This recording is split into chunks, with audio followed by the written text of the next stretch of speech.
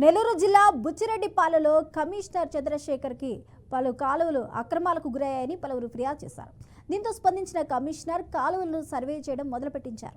రానున్న రోజుల్లో నూతన మార్కెట్ భవన నిర్మాణం అయితే ట్రాఫిక్ సమస్య ఎక్కువగా ఉంటుందని అన్నారు. దానిని దృష్టిలో పెట్టుకుని రోడ్లను వెడల్పు చేసే విధంగా చర్యలు చేపడతామని చెప్పారు.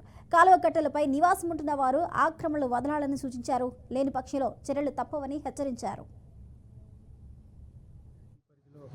ఉన్న పంట కాలువ పేర్ల కాలువ అయితేమి, పాత కుడిపల్లి కాలువ అయితేమి, కొత్త కుడిపల్లి కాలువ అయితేమి, రేపాల కాలువ అయితేమి, మలిదేవ్ అయితేమి, వరి కాలువ మొత్తం కాలువల్ని సర్వే జరిపించమని ఇటీవల ఎవడాకి పెట్టడము, అర్జీలు పెట్టడం జరిగింది.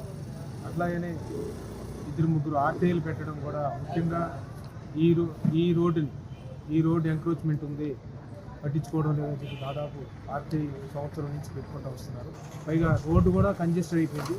రాబోయే రోజుల్లో మార్కెట్ కొత్తగా ఓపెన్ అయిన తర్వాత ఇటు చాలా వెహికల్స్ పోవాల్సి వస్తుంది. కూరగాయల లోడ్ అయితేమి, పండ్ల లోడ్ అయితేమి అవన్నీ కూడా ఈ దారినే రావాల్సి వస్తుంది. ఈ మోటార్ బైకులు, ఈ ఉన్న ఆటోలు, తోపుడు పనులు ఇవన్నీ కూడా ఈ రోడ్లో పెట్టేసి కంజెస్టెడ్గా ఉంది, పోయేదానికి కష్టం ఉందని పబ్లిక్ అంతా తెలియపరుస్తున్నారు. ఈ విషయంలో షాపులు ఓనర్స్ అయితేమి, పబ్లిక్ అయితేమి సహకరించి ఈ రోడ్డు రాబోయే రోజుల్లో బాగా ఎడలపైన రోడ్డు కూడా వేసుకుంటారు.